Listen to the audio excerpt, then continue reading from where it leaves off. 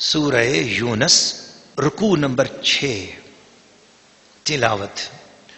ولو أن لكل نفس ظلمت ما في الأرض لافتدت به وأسروا الندامة لما رأوا العذاب وقضي بينهم بالقسط وهم لا يظلمون. ألا إن لله ما في السماوات والأرض ألا إن وعد الله حق ولكن أكثرهم لا يعلمون. هو يحيي ويميت وإليه ترجعون. يا أيها الناس قد جاءتكم موعظة من ربكم وشفاء لما في الصدور وهدى ورحمة للمؤمنين. يا أيها الناس قد جاءتكم موعظة من ربكم وشفاء لما في الصدور وهدى ورحمة للمؤمنين. قل بفضل الله وبرحمته فبذلك فليفرحوا هو خير مما يجمعون. قل أرأيتم ما أنزل الله لكم من رزق فجعلتم منه حراما وحلالا قل الله أذن لكم أم على الله تفترون. وما ظن الذين يفترون على الله الكذب يوم القيامة إن الله لذو فضل على الناس ولكن أكثرهم لا يشكرون. سورہ یونس رکوع نمبر 6 ترجمہ کنز الایمان. اور اگر ہر ظالم جان زمین میں جو کچھ ہے سب کی مالک ہوتی ضرور اپنی جان چھڑانے میں دیتی. اور دل میں چپکے پشیمان ہوئے جب عذاب دیکھا اور ان میں انصاف سے فیصلہ کر دیا گیا اور ان پر ظلم نہ ہوگا. سن لو بے شک اللہ ہی کا ہے جو کچھ آسمانوں میں ہے اور زمین میں. سن لو بے شک اللہ کا وعدہ سچا ہے مگر ان میں اکثر کو خبر نہیں. وہ جیلاتا اور مارتا ہے اور اسی کی طرف پھرو گے. اے لوگوں تمہارے پاس تمہارے رب کی طرف سے نصیحت آئی اور دلوں کی صحت اور ہدایت اور رحمت ایمان والوں کے لیے. تم فرماؤ اللہ ہی کے فضل اور اس کی رحمت اور اسی پر چاہیے کہ خوشی کریں. وہ ان کے سب دھن دولت سے بہتر ہے. تم فرماؤ بھلا بتاؤ تو وہ جو اللہ نے تمہارے لیے رزق اتارا اس میں تم نے اپنی طرف سے حرام و حلال ٹھہرا لیا. تم فرماؤ کیا اللہ نے اس کی تمہیں اجازت دی یا اللہ پر جھوٹ باندھتے ہو؟ اور کیا گمان ہے ان کا جو اللہ پر جھوٹ باندھتے ہیں کہ قیامت میں ان کا کیا حال ہوگا. بے شک اللہ لوگوں پر فضل کرتا ہے مگر اکثر لوگ شکر نہیں کرتے. سورہ یونس رکوع نمبر 6 تفسیر. ناظرین و ناظرات، سامعین و سامعات، اس رکوع میں اللہ کریم نے گزشتہ رکوعات کا گویا کہ خلاصہ بیان فرمایا ہے کہ وہ لوگ پچھلے دونوں رکوعوں میں جو بات ہوئی کہ ایک تو مقصد قرآن بتایا گیا کہ مقصد قرآن یہ ہے کہ تم اللہ کو ایک مانو، اللہ کی توحید کا اقرار کرو، اللہ کی توحید کا اظہار کرو، اللہ کی توحید کا اعلان کرو. یہ مقصد توحید ہے، یہ مقصد قرآن ہے. تو اور دوسری بات یہ ہے کہ صاحب قرآن کے ساتھ اپنے آپ کو جوڑو. صاحب قرآن بار بار قل کا کلمہ نازل کر کے بتایا کہ تم سے بات ڈائریکٹ نہیں کر رہا ہوں، تمہاری کیا اوقات ہے کہ تم سے بات کروں، تم جو بات کرتے ہو اس کا جواب میں اپنے نبی کے ذریعے سے دے رہا ہوں. تو نبی کی اہمیت بتائی گئی کہ نبی کے ساتھ جڑ جاؤ اور پھر قرآن کے ساتھ جڑ جاؤ اور قیامت پر یقین رکھو. اب ان سارے امور کا خلاصہ اس رکوع میں آ رہا ہے کہ اگر جو کچھ قیامت کے دن یہ منظر دیکھیں گے نا کیا ہوگا وہاں پر، اس وقت ان کا دل چاہے گا کاش کہ زمین میں جو کچھ بھی ہے اس کے ہم مالک ہوتے، وہ بطور فدیہ دے دیتے اور ہم اپنی جان چھڑا لیتے. عذاب اتنا سخت ہوگا. اول تو پوری زمین میں ہر چیز کا مالک ہر بندہ تھوڑا ہی ہے، نہ ہر بندے کی اوقات ہے کہ وہ اس کے پاس زمین کی ساری چیزیں ہوں. لیکن اللہ کا عذاب اتنا سخت ہوگا کہ کافروں کے دل میں آئے گا کاش کہ اگر ہمارے پاس اتنے بھی کچھ ہوتے ہوں، اتنا کچھ مال ہوتا تو ہم یہ مال دے کر اپنی جان چھڑاتے. وسر الندامہ، ان کو ندامت ہوگی، بڑی شرمندگی ہوگی. جس کو اپنے جیسا سمجھ رہے تھے آج سر محشر وہ مقام محمود میں جلوہ افروز ہے. جس قرآن کو ہم کچھ سمجھتے ہی نہیں تھے آج وہ قرآن سارے محشر کے اندر قرآن ایک صورت میں آئے گا، ایک تصویر ہوگی قرآن کی، قرآن ایک جسم کے صورت میں آئے گا. اور جو قرآن کو پڑھتا تھا، جو قرآن کو سنتا تھا، جو قرآن کی مجلسیں سجاتا تھا، جو قرآن سے محبت کرتا تھا، قرآن ہاتھ سے پکڑے گا اور رب کی بارگاہ میں جا کر پیش کرے گا، مولا کریم انہوں نے میرے ساتھ تعلق رکھا ہے، اب میں ان کو اکیلا نہیں رہنے دیتا، میرے ساتھ ان کو جنت میں بھیج دے. قرآن، القرآن، حضور علیہ الصلوۃ والسلام نے ارشاد فرمایا حدیث شریف، القرآن والصیام یشفعان یوم القیامہ. روزہ اور قرآن یہ دو ایسی چیزیں ہیں قیامت والے دن یہ شفاعت کریں گی. اللہ نے ان کو قیامت کے دن شفاعت کا اختیار دیا ہے. روزہ بھی آئے گا ہاتھ پکڑ کر لے جائے گا، قرآن آئے گا وہ ہاتھ پکڑ کے لے جائے گا. ایک حدیث شریف میں نے پڑھا کہ کعبہ آئے گا، کعبہ ڈھونڈے گا کن لوگوں نے میرے پھیرے لگائے تھے، کعبہ ان کو پکڑ کے لے جائے گا. حجر اسود آئے گا، جس نے مجھے چوما تھا دور سے اشارہ ہی کر کے مجھے چوما تھا، میرا ادب کیا تھا، حجر اسود بھی ان کو پکڑ پکڑ کر لے جائے گا، مولا یہ میرے ہیں، یہ میرے ہیں. تو جب یہ شانیں دیکھیں گے کہ حجر اسود بھی یہاں کام آ رہا ہے، یہاں کعبہ کام آ رہا ہے، قرآن کام آ رہا ہے، مصطفیٰ کی نسبت کام آ رہی ہے، حضور کی محبت کام آ رہی ہے، اس وقت ان ظالموں کو آئے گا او ہو ہم نے ان کی بے ادبی نہ کی ہوتی، کاش ہم بلال حبشی کے ساتھ ہی لگ گئے ہوتے، کاش ہم صہیب رومی کے ہی قدموں میں بیٹھ چکے ہوتے، کاش ہم نے سلمان فارسی کو ہی مان لیا ہوتا، کاش ہم ان کے ہی قدموں میں جڑ جاتے اور وہ ان کے ساتھ ہمیں لگا دیتے. پھر فرمایا الا ان للہ ما فی السماوات والارض، لوگوں جو کچھ اس آسمان اور زمین میں سب کچھ اللہ کا ہے. الا ان وعد اللہ حق، اللہ کا وعدہ سچا ہے. اس نے اپنے ایمان والوں محبوبوں کے ساتھ وعدہ کیا ہے، جنت دے گا، رحمت دے گا، کرم دے گا، مہربانی دے گا، ایک کے بدلے 10 دے گا، ایک کے بدلے 700 دے گا. واللہ یضاعف لمن یشاء، اس نے وعدے کیے تو اس کے سارے وعدے سچے ہیں. وَلَكِنَّ أَكْثَرَهُمْ لَا يَعْلَمُونَ، لوگوں کو پتہ نہیں ہوتا، اکثر لوگ جانتے نہیں ہیں. هُوَ يُحْيِي وَيُمِيتُ وَإِلَيْهِ تُرْجَعُونَ، زندگی اور موت اسی کے ہاتھ میں ہے، اسی کی طرف پلٹنا ہے. یا ایھا الناس، اب خطاب سارے لوگوں کو ہوا. او کائنات میں بسنے والوں انسانوں سنو، قد جاءتکم موعظہ، صاف ستھری نصیحت تمہارے پاس آئی ہے. موعظت کہتے ہیں، حضرت صدر الفاضل نے تفسیر میں لکھا ہے، والا حضرت فرماتے ہیں موعظت کہتے ہیں اس کو جو بالکل صاف ستھری نصیحت ہو، جس کو سمجھنے میں کوئی پریشانی نہ ہو رہی ہو.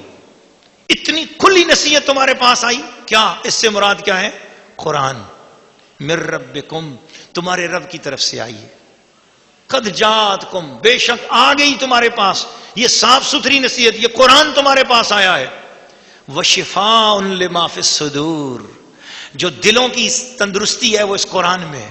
تم اپنے دلوں کو درست کرنا چاہتے ہو، عقیدے صاف کرنا چاہتے ہو، اپنے عقائد درست کرنا چاہتے ہو تو آؤ قرآن کے دامن میں آ جاؤ. قرآن تمہارے عقیدے ستھرے کر دے گا، قرآن تمہارے نظریے درست کرے گا، قرآن تمہاری سوچ ٹھیک کرے گا. قرآن کے پاس آ جاؤ. وہدن، اور ہدایت دے گا یہ قرآن تمہیں، ورحمہ، اور یہ قرآن تمہیں رحمت عطا کرے گا. للمومنین، مگر شرط یہ ہے کہ تمہارے اندر ایمان ہونا چاہیے. ایمان والے کو قرآن رحمت بھی دے گا، ہدایت بھی دے گا، شفا بھی دے گا، موعظت بھی دے گا. اب ایمان کہاں سے آئے گا؟ فرمایا وہ در مصطفیٰ سے آئے گا. فلا وربک لا یؤمنون حتی یحکموک فیما شجر بینہم، اس وقت تک کوئی شخص ایمان والا ہو ہی نہیں سکتا جب تک وہ اپنا حاکم مصطفیٰ کو تسلیم نہ کر لے.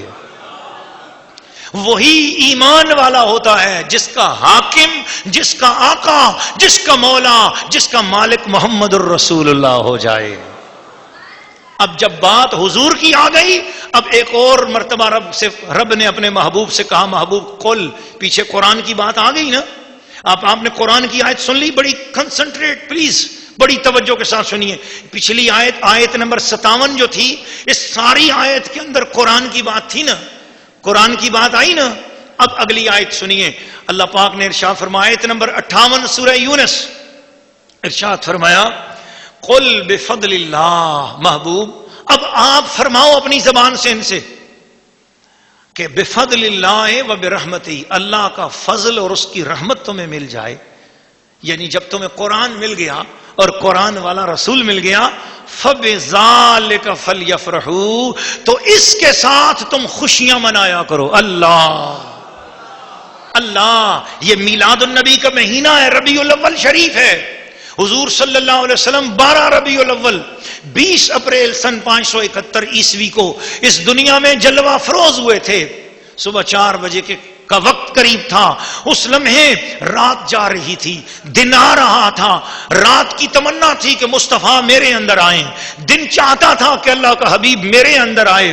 اب اگر حضور دن میں آ جاتے تو رات گلا کرتی کہ میں محروم ہو گئی حضور کی رحمت سے. حضور اگر رات میں آتے تو دن گلا کرتا کہ میں محروم ہو گیا حضور کے شرف قدوم میمنت لزوم سے. اللہ پاک نے فرمایا میرا محبوب تو رات اور دن کے لیے بھی رحمت ہے، کائنات کے لیے رحمت ہے. میں ایسے وقت میں محبوب کو لاؤں گا کہ اے رات تو جا رہی ہوگی تو جاتے جاتے محبوب کی زیارت کر لینا، اے دن تو آ رہا ہوگا آتے آتے تو حضور کی زیارت کر لینا.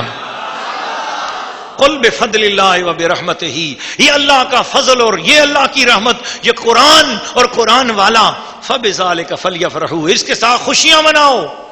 ہوا خیر مما یجمعون، تم جو کچھ بھی اپنے پاس جمع کر رہے ہو، چاہے وہ دنیا کا مال ہو یا آخرت کا، اعمال ہو یا مال ہو، اعمال ہو یا مال ہو، دونوں کے سے زیادہ بہتر یہ ہے کہ تم میرے مصطفیٰ کی خوشیاں منا رہے ہو. تم میرے قرآن پر خوشیاں مناؤ.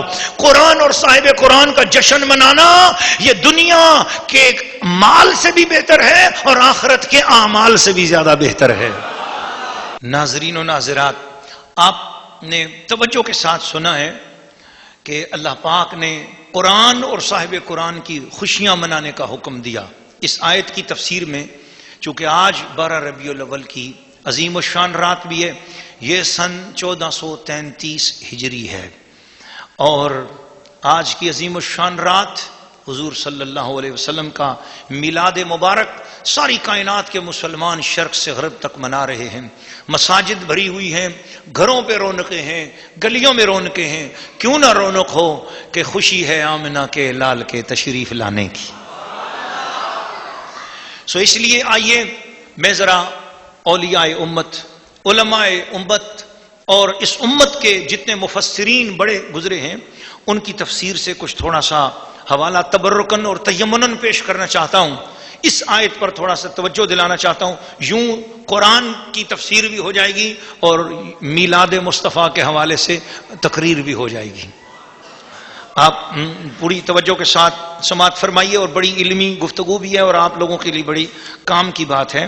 اس لیے میں اس کے حوالے سے آپ کی خدمت میں یہ عرض کرتا ہوں.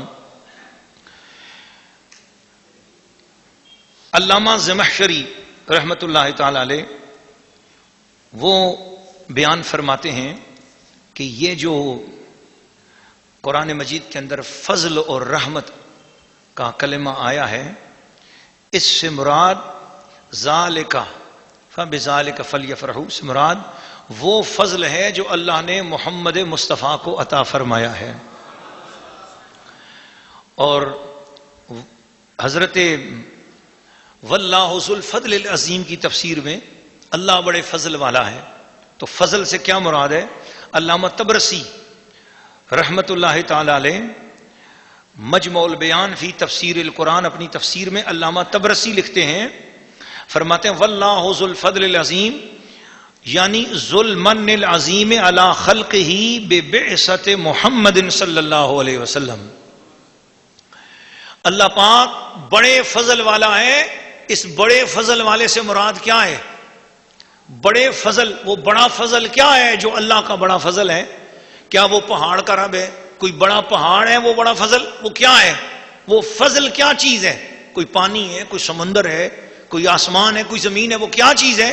وہ کہتے ہیں ذوالمن العظیم، دراصل اللہ تعالیٰ کا وہ ایک بہت بڑا احسان ہے اللہ خلق ہی، اپنی مخلوق پر، بے باس محمد، کہ اللہ تعالیٰ نے محمد ان کے درمیان میں اٹھایا ہے، محمد کو ان کے درمیان مبعوث فرمایا ہے، محمد کو ان کے درمیان بھیجا۔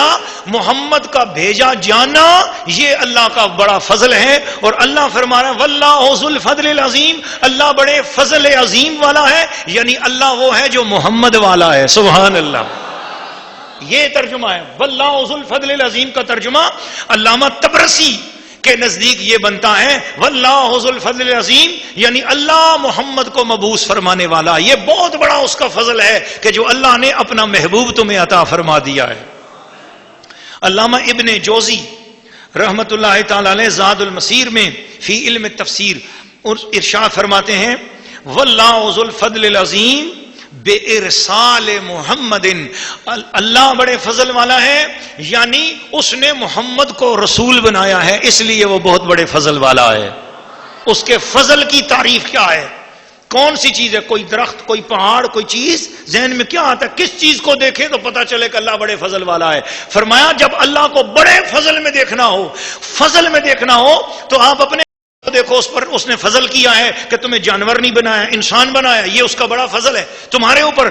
لیکن اگر ساری کائنات میں کوئی ایسا فضل دیکھنا چاہو جو ہر مخلوق سے بڑا فضل ہو، جو ہر خلق سے بڑا فضل ہو، جو ہر چیز سے بڑا فضل ہو، تو وہ ایک ہی ہستی ہے جس کا نام ہے محمد الرسول اللہ۔ سارے فضلوں کا مجموعہ وہی ہے، سارے افضال کا مجموعہ وہی ہے، ساری رحمتوں کا مجموعہ اگر کسی ایک ہستی میں دیکھنا چاہو تو اس ہستی کا نام ہے آمنہ کا لال محمد الرسول اللہ۔ اسی لیے ظہوری صاحب کیا فرماتے ہیں، آپ میرے ساتھ اگر مل کر پڑھ سکتے ہیں تو پڑھ لیجئے کہ لب کے لے آواں کتھوں سونا تیرے نال دا، لب کے لے آواں کتھوں سونا تیرے نال دا، لب کے لے آواں کتھوں سونا تیرے نال دا، کیونکہ دنیا تے آیا کوئی تیری نہ مثال دا، دنیا تے آیا کوئی تیری نہ مثال دا، دنیا تے آیا کوئی تیری نہ مثال دا۔ اللہ اللہ اللہ اللہ اللہ اللہ۔ اور علامہ ابو حیان اندلسی رحمت اللہ علیہ فرماتے ہیں ذالک سے مراد حضور صلی اللہ علیہ وسلم کی بعثت ہے۔ الفضل العظیم اے علی خلقہ حیث ارسل فیہم رسولہ محمدا، امام خازن فرماتے ہیں اس سے مراد فضل عظیم سے مراد یہ کہ اللہ تعالیٰ کا اپنی مخلوق پر فضل ہے جو اپنے رسول محمد کو بھیج کر اس نے فضل فرمایا ہے۔ اللہ اکبر۔ اور فرماتے ہیں ایک اور اسی آیت کا معنی آپ کی خدمت میں ذرا اسی آیت پر تفسیر، جو آیت ہم کر رہے ہیں جس آیت کی تفسیر سورہ یونس کی آیت نمبر 58، سورہ یونس کی آیت نمبر 58 کی تفسیر میں جناب اشرف علی صاحب تھانوی کے پاس لے چلتا ہوں آپ کو میں۔ وہ کہتے ہیں کہ حضور صلی اللہ علیہ وسلم اللہ تعالیٰ کی سب سے بڑی نعمت اور اس کا کامل ترین فضل ہے، اس لیے اس آیت کریمہ سے بدلالت النص، قرآن کی دلالت النص سے یہ مراد لیا جا سکتا ہے کہ یہاں رحمت اور فضل سے مراد حضور صلی اللہ علیہ وسلم ہیں جن کی ولادت پر اللہ تعالیٰ خوشی منانے کا حکم دے رہے ہیں۔ ہم نے میلاد مصطفیٰ کے مہینے میں قرآن سنا کر خوشی منانے کا ایک اظہار کیا ہے مولا کہ تو قرآن سے بھی خوش ہوتا ہے اور صاحب قرآن کی خوشی منانے سے بھی خوش ہوتا ہے۔ ہم اس رنگ میں میلاد مناتے ہیں تاکہ آنے والوں کا بھی، سنانے والوں کا بھی، سننے والوں کا بھی مقدر جاگ اٹھے۔ اور وہ لکھتے ہیں کہ جو نعمت تمام دنیاوی اور دینی نعمتوں کی اصل اور ان کا سرچشمہ ہے وہ حضور کی تشریف آوری ہے. سبحان اللہ. دنیا اور آخرت کی ساری نعمتوں کا جو سرچشمہ ہے، شیخ اشرف علی صاحب تھانوی فرماتے ہیں کہ وہ حضور صلی اللہ علیہ وسلم کی تشریف آوری ہے. اور اسی طرح مولانا اشرف علی صاحب تھانوی اسی آیت کے تحت سورہ یونس کی آیت نمبر 58 کے تحت فرماتے ہیں اب قرآن مجید کو دوسرے مقامات پر بھی دیکھنا چاہیے کہ ان دونوں لفظوں یعنی فضل اور رحمت سے کیا مراد ہے. تو جاننا چاہیے کہ قرآن مجید میں یہ دونوں لفظ بکثرت آئے ہیں. کہیں دونوں سے ایک معنی مراد ہے اور کہیں جدا جدا. چنانچہ ایک مقام پر قرآن مجید کے اندر سورہ البقرہ کی آیت نمبر 64 میں ارشاد ہوتا ہے فلولا فضل اللہ علیکم ورحمتہ لکنتم من الخاسرین. اے لوگو اگر تم پر خدا کا فضل اور رحمت نہ ہوتا، خدا کا فضل اور رحمت تم پر نہ ہوتی تو تم ضرور خسارے میں ہوتے، تم تباہ ہو جاتے. تو یہاں اکثر مفسرین کے نزدیک فضل اور رحمت سے مراد حضور صلی اللہ علیہ وسلم کا وجود باوجود مراد ہے. اور دوسری آیت شیخ اشرف علی صاحب تھانوی حوالے کے طور پر کوٹ کرواتے ہیں اور وہ لکھتے ہیں اپنی کتاب خطبات میلاد النبی میں، جو حضرت شیخ اشرف علی صاحب تھانوی ایک مکتب فکر کے وہ بہت بڑے عالم سمجھے جاتے ہیں، تو وہ اپنی کتاب خطبات میلاد النبی میں لکھتے ہیں وَلَوْلَا فَضْلُ اللَّهِ عَلَيْكُمْ وَرَحْمَتُهُ لَاتَّبَعْتُمُ الشَّيْطَانَ إِلَّا قَلِيلًا. سورہ نساء کی آیت نمبر 83 کے حوالے سے کہ اگر تم پر اللہ کا فضل اور اس کی رحمت نہ ہوتی تو یقیناً چند ایک کے سوا تم سب شیطان کی پیروی کرنے لگتے. تو یہاں بھی بقول اکثر مفسرین کے فضل اور رحمت سے مراد حضور صلی اللہ علیہ وسلم ہی ہیں. اور اب آپ لکھتے ہیں کہ بعد آیات میں فضل سے مراد ہے رحمت دنیاوی اور رحمت سے رحمت دینی بھی مراد ہے. پس مجموعہ تمام تفاسیر کا دنیاوی رحمتیں اور دینی رحمتیں ہوا. اب خدا سے پوچھتے ہیں کہ مولا دنیاوی اور دینی رحمتیں وہ کس وجود میں ہیں؟ تو قرآن کی سورہ انبیاء میں جواب دیتا ہے وما ارسلناک الا رحمتا للعالمین. لوگوں دنیا اور آخرت کی رحمت کو کسی ایک وجود میں دیکھنا چاہتے ہو تو وہ میرا محمد مصطفیٰ ہے. نہیں بھیجا ہم نے آپ کو مگر سارے جہانوں کے لیے رحمت بنا کر. اور پھر مولانا اشرف علی صاحب تھانوی اپنی کتاب خطبات میلاد النبی کے صفحہ نمبر 63 سے لے کر صفحہ نمبر 65 تک یہ لکھتے ہیں کہ اس مقام پر ہر چند کے آیت کے سباق پر نظر کرنے کے اعتبار سے قرآن مجید مراد ہے. اس آیت میں آیت کے سباق یعنی پچھلی آیت آیت نمبر 57 میں نے آپ کو سنائی کہ اس سے قرآن مراد ہے. لیکن اگر ایسے معنی عام لیے جائیں کہ قرآن مجید بھی اس کا ایک فرد رہے تو یہ زیادہ بہتر ہے. وہ بتاتے ہیں کہ اگرچہ پچھلی آیت میں تو ذکر قرآن کا ہے مگر کوئی ایسا معنی لیا جائے کہ جس کے اندر قرآن بھی آ جائے اور قرآن کی دوسری آیتوں میں جو فضل اور رحمت سے مراد ہے وہ بھی یہاں پر وہ آ جائیں تو وہ یہ ہے کہ فضل اور رحمت سے مراد حضور کے قدوم مبارک لے لیے جائیں. قدوم مبارک ذرا پرانی اردو ہے. قدوم مبارک کا مطلب ہے حضور کی ولادت باسعادت، حضور کا دنیا میں تشریف لانا، یہ اللہ کا بڑا فضل اور بڑی رحمت ہے. وہ کہتے ہیں کہ اگر یہ معنی لے لیا جائے تو اس میں قرآن خود بخود آ جاتا ہے. وہ کہتے ہیں اس تفسیر کے موافق جتنی نعمتیں اور رحمتیں ہیں خواہ وہ دینی ہوں یا دنیاوی اور ان میں قرآن بھی ہے وہ سب اس میں داخل ہو جائیں گی جب ہم فضل اور رحمت سے حضور کو مراد لے لیں گے. اس لیے کہ حضور کا وجود باوجود اصل ہے تمام نعمتوں کی اور مادہ ہے تمام رحمتوں اور فضل کا. پس یہ تفسیر اجمع التفاسیر ہو جائے گی. پس اس تفسیر کی بنا پر اس آیت کا حاصل یہ ہوگا کہ ہم کو حق تعالی یہ ارشاد فرما رہے ہیں. اب وہ قرآن کی اس آیت کا مفہوم بیان کرتے ہیں حضرت شیخ اشرف علی صاحب جناب تھانوی. وہ فرماتے ہیں کہ حضور کے وجود باوجود پر خواہ وجود نوری ہو یا ولادت ظاہری، وجود نوری ہو یا ولادت ظاہری، سب کی خوشی منانا چاہیے، اس پر خوش ہونا چاہیے. اس لیے کہ حضور ہمارے لیے تمام نعمتوں کا واسطہ ہیں. دوسری عام نعمتوں کے علاوہ اور افضل نعمت اور سب سے بڑی دولت تو ایمان ہے، جس کا حضور صلی اللہ علیہ وسلم سے ہم کو پہنچنا تو بالکل ظاہر ہے. تو غرض اصل الاصول تمام مواد فضل و رحمت کی حضور کی ذات بابرکات ہوئی. پس ایسی ذات بابرکات کے وجود پر جس قدر خوشی اور فرح ہو کم ہے. یہ میں نے پورا جناب اشرف علی صاحب تھانوی کا بیان آپ کو سنایا ہے تاکہ جو طبقہ میلاد مصطفیٰ سے زیادہ چڑھتا ہے وہ اپنے آپ کو زیادہ تر انہی کا عقیدت مند سمجھتا ہے. تو ان کو بھی پتہ چل جانا چاہیے کہ انہوں نے بھی اپنی کتاب میں یہ تسلیم کیا ہے کہ قرآن نے حضور کی ولادت پر خوشی منانے کا حکم دیا ہے. قل بفضل اللہ وبرحمتہ فبذلک فلیفرحوا. اس آیت کریمہ میں قرآن کے اندر حضور کے میلاد کو منانے کا حکم نصیب ہوا ہے. الحمدللہ. یہ کوئی تفسیر گھڑی ہوئی تفسیر نہیں ہے، یہ کوئی تحریف نہیں ہے، یہ کوئی عقلی تفسیر نہیں ہے.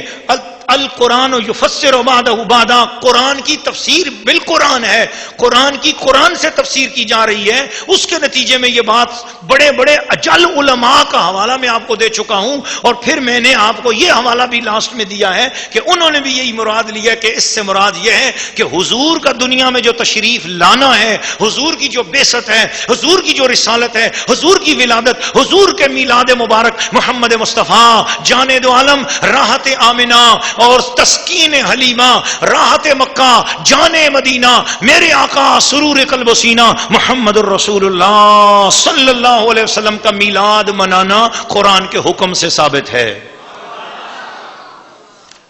دوستان عزیز، اس آیت پر میں آپ کو تھوڑا سا اور غور کرانا چاہتا ہوں، چونکہ آج رات یہ میلاد مبارک کی رات ہے.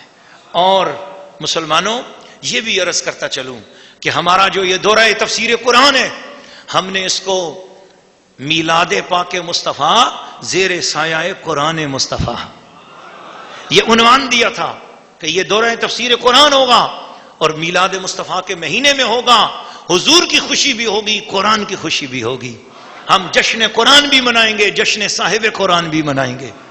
تو قرآن کے اندر سے جب ہمیں میلاد مصطفیٰ کا ثبوت مل رہا ہے تو اب وہ لوگ جو کبھی اس کو شرک ٹھہراتے ہیں اور کبھی اس کو بدعت کی باتیں کرتے ہیں، دراصل ان کے سینوں میں بغض مصطفیٰ ہے، ان کے سینوں کے اندر حضور صلی اللہ علیہ وسلم کی محبت نہیں ہے. محبت ہوتی تو یہ قرآن کی آیت آپ کو بتا رہی ہے، قرآن آپ کے سامنے ہے. ہم ان کو ان کی خدمت میں اصلاح کے طور پر یہ عرض کریں گے کہ اپنے آپ کو سچا غلام رسول بنا لیں، اور نہیں تو ہم چیلنج کرتے ہیں کہ جائیں اس آیت کا جو ترجمہ بن سکتا ہے اپنے طور پر بنا کر ہمیں بتا دیں. قرآن اور مصطفیٰ کے علاوہ کوئی اور بھی ہے کہ جس پر خوشی منائی جا سکے؟ اگر تمہیں یہ ملتا ہو کہ ہاں اپنے بچے پر خوشی منائی جا سکتی ہے تو پھر میں کہوں گا کہ ہاں تیرے بچے کا تجھے فائدہ ہوگا، لیکن آمنہ کے بچے کا ساری کائنات کو فائدہ ہوگا.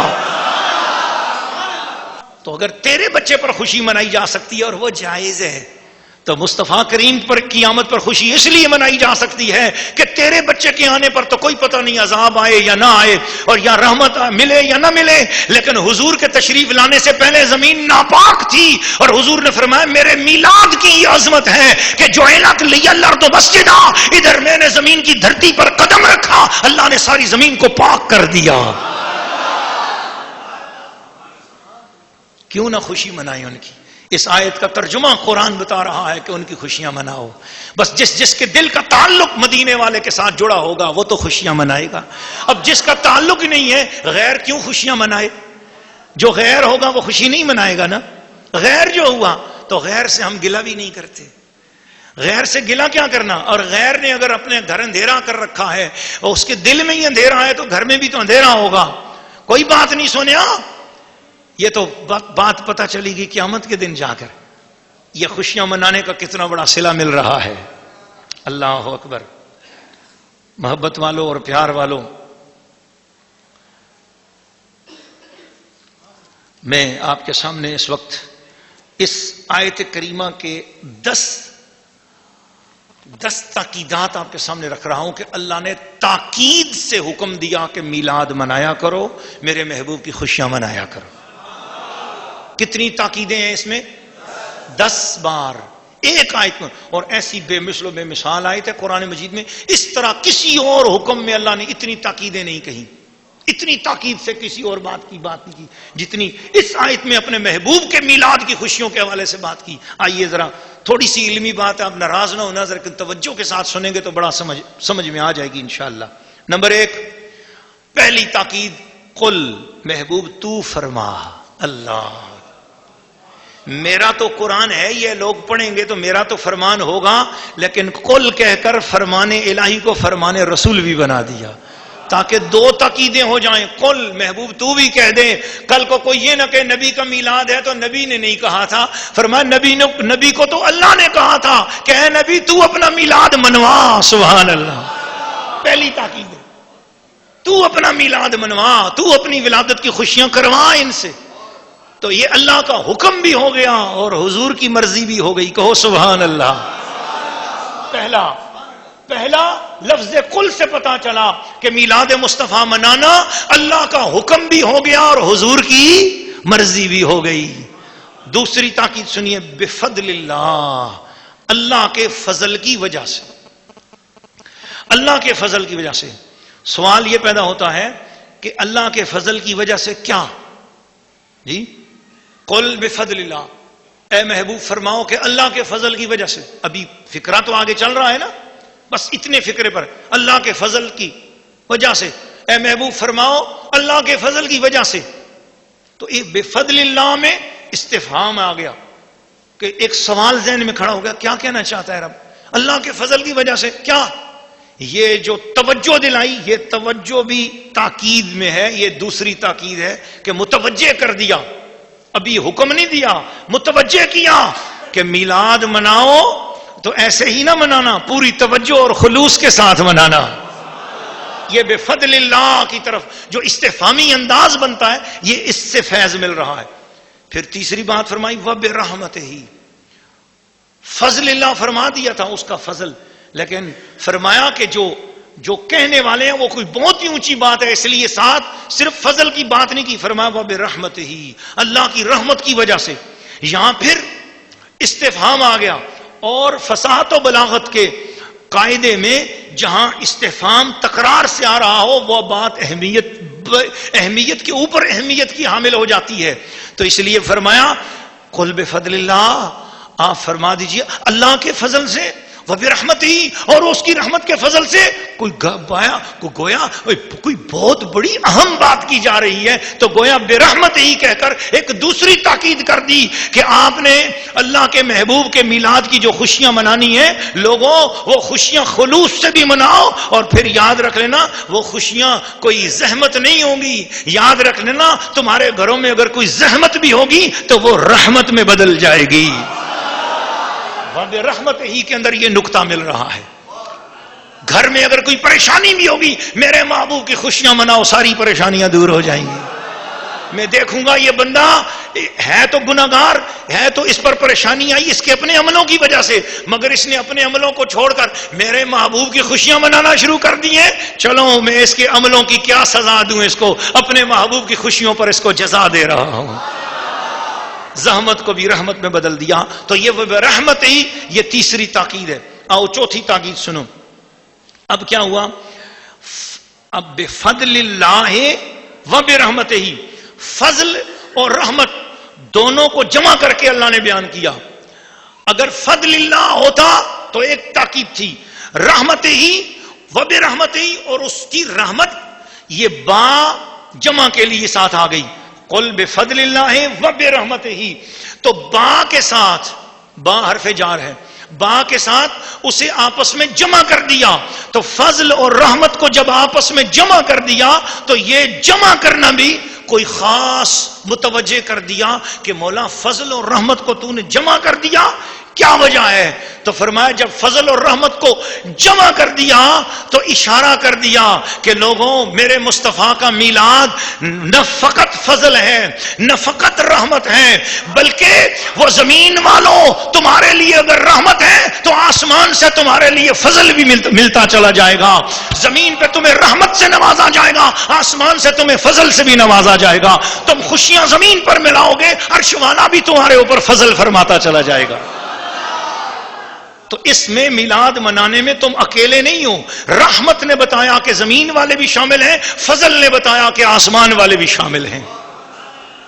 اور پھر بذال فا قل بفضل اللہ وبرحمتہ فبذالک, یہ فا یہ حکمت. فا کی حکمت کیا ہے؟ ذالک کے کلمے پر فا کا اضافہ کیا, اور فا عربی زبان میں تاکید کے لیے آتی ہے. تو گویا اللہ پاک نے 5ویں تاکید عطا کر دی. کتنی تاکید عطا کر دی؟ گویا اب آپ تو میں 5 تاکیدیں بتا رہا ہوں. اللہ نے میلاد مصطفیٰ کے لیے خوشیاں منانے کے لیے تاکیدن 5 تاکیدیں ابھی تک آ چکی ہیں. پھر فرمایا بذالک, فا کے بعد فذالک نہیں فرمایا, بذالک. فضل اور رحمت کے ذکر کے بعد اشارہ بعید لایا. اشارہ بعید قرآن میں جب بھی آیا ہے بڑی کسی عظمت والی چیز کے لیے آیا ہے. تو اس میں جیسے قرآن مجید شروع میں سورہ بقرہ اللہ تعالیٰ نے فرمایا ذالک الکتاب لا ریب فیہ, یہ وہ بلند رتبہ کتاب ہے جس میں شک نہیں, کو بڑی عظمت والی کتاب. تو ذالک کا کلمہ اشارہ بعید کے لیے لایا. کیوں بعید کا اشارہ لایا؟ کہ لوگوں جس کا میلاد منا رہے ہو وہ تمہارے تصور سے بھی زیادہ بڑے بلند درجے والا ہے. تم صرف میلاد کی خوشیاں مناؤ, تم اس کے مرتبے کو جانچ نہیں سکتے ہو, وہ مرتبہ تمہاری عقلوں سے بھی زیادہ بلند مرتبے والا ہے. آپ کو اس سورہ یونس کی آیت نمبر 58 کی تفسیر میں ہم آپ کی خدمت میں اس آیت پر جو علماء کرام نے تاکیدات لکھی ہیں وہ تاکیدات آپ کو بتائی جا رہی ہیں. اب آیت کے اندر جو 6 تاکیدات ہیں وہ تو میں آپ کو بتا چکا ہوں. 6 تاکیدیں کر کے اللہ کریم اپنے محبوب کی خوشیاں بتا رہا ہے اور منوا رہا ہے, اور بتا رہا ہے کہ اتنی اہم چیز ہے میلاد منانا, اتنی تاکید والی چیز ہے. آپ لوگوں نے ایسے ہی سمجھا اور عاشقان مصطفیٰ کو آپ نے جاہل سمجھا کہ یہ شاید اپنی طرف سے خود ساختہ اور گھڑ کر میلاد منا رہے ہیں. واللہ باللہ ہاشا تاللہ واللہ باللہ, اللہ کا کلام ہمارے سامنے کھلا ہوا ہے. ہم وہ لوگ نہیں ہیں کہ جو روایات اور بے سروپا باتوں کے پیچھے چلیں. الحمدللہ علی وجہ البصیرت عرض کر رہے ہیں کہ میلاد مصطفیٰ کے دلائل قرآن سے بھی مل رہے ہیں, حدیث شریف سے بھی ملتے ہیں, اور مصطفیٰ کے اپنے عمل سے بھی ملتے ہیں, اور صحابہ کرام کے بھی طرز عمل سے ملتے ہیں. صرف اپنے اپنے دور کے تقاضے تھے. اس دور صحابہ کے اندر جو ہے حضور علیہ الصلوۃ والسلام کا چونکہ وصال بھی 12 ربیع الاول کو ہوا تو قرب وصال کا ایک صدمہ بھی بہت تھا, اس لیے اس صدمے کا وہاں حق تھا. لیکن جوں جوں گھڑیاں اور زمانہ گزرتا گیا وصال اقدس کا صدمہ وہ پیچھے ہٹتا چلا گیا, اور اللہ پاک نے پھر دوبارہ چونکہ نص قطعی میں دلالت النص سے چونکہ میلاد مصطفیٰ کا حکم بنایا گیا, اس لیے اللہ پاک نے وصال کی بات کو خود بخود آہستہ آہستہ پیچھے کر دیا اور میلاد کی بات کو پھر قرآن کے ذریعے آگے فرما دیا. 7ویں تاکید فل یفرحو. فل آپ کو بتایا کہ فا تاکید کے لیے ہوتا ہے, یہ فا کا کلمہ پھر تاکید کے لیے ہے, اور اس کے اوپر لام خود عربی زبان کے اندر تاکید کے لیے ہے.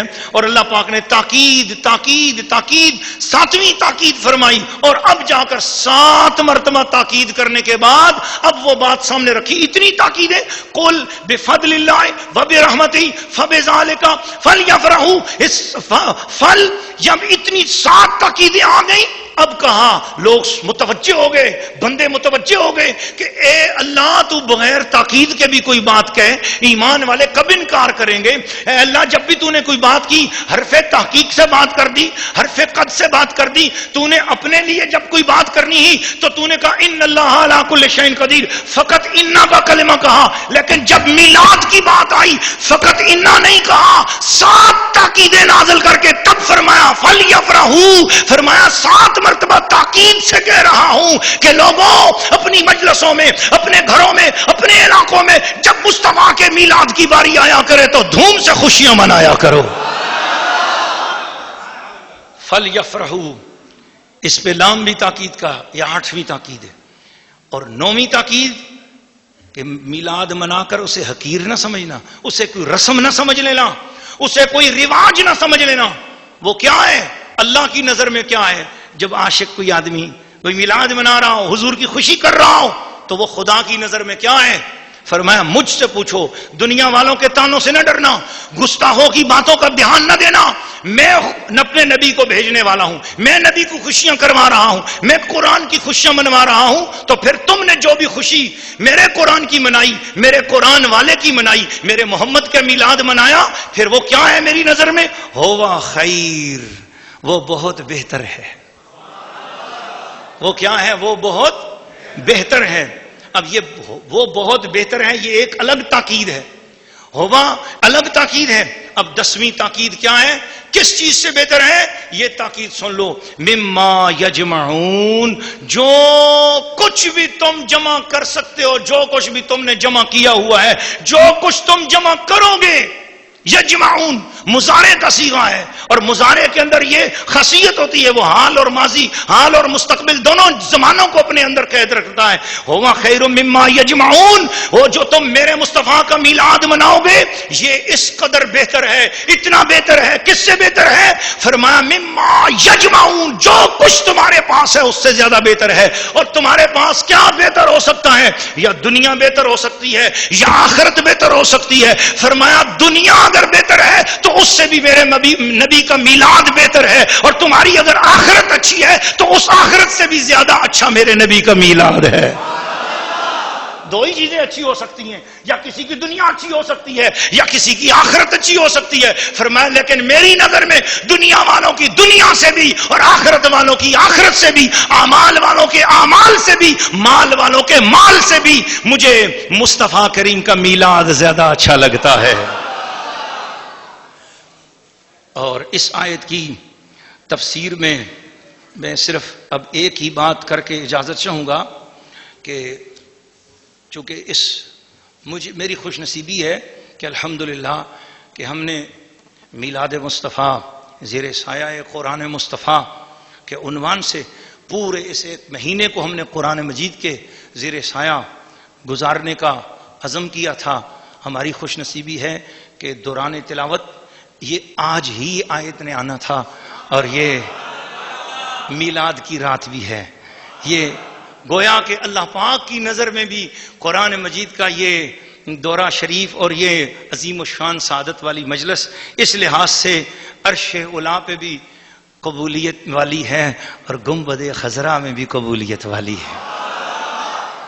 حضرت صدر الافاضل ارشاد فرماتے ہیں کہ یہ جو آیت کریمہ ہے، قل ارأیتم ما انزل اللہ لکم من رزق فجعلتم منہ حراما وحلالا، تم فرماؤ بھلا تو بتاؤ وہ جو اللہ نے تمہارے لیے رزق اتارا اس میں سے تم اپنی طرف سے حرام، تم نے اپنی طرف سے حرام اور حلال ٹھہرا لیا؟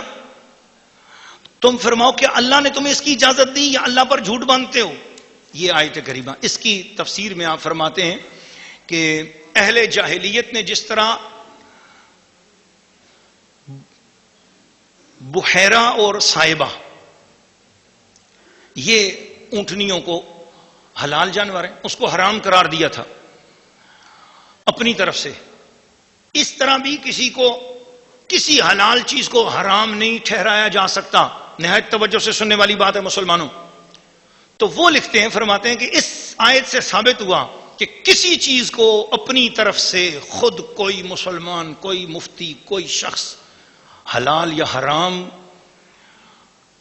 نہیں قرار دے سکتا، اور حرام یا حلال کرنا ممنوع ہے، اور یہ خدا پر افتراء ہے۔ استغفر اللہ العظیم۔ اگر کوئی حلال چیز کو حرام کہے تو گویا اس نے اللہ تعالیٰ پر جھوٹ باندھا، اور حرام کو حلال کہے تو اس نے اللہ پر جھوٹ باندھا۔ استغفر اللہ العظیم۔ آج کل بہت لوگ اس میں مبتلا ہیں، ممنوعات کو حلال کہتے ہیں اور مباحات کو حرام۔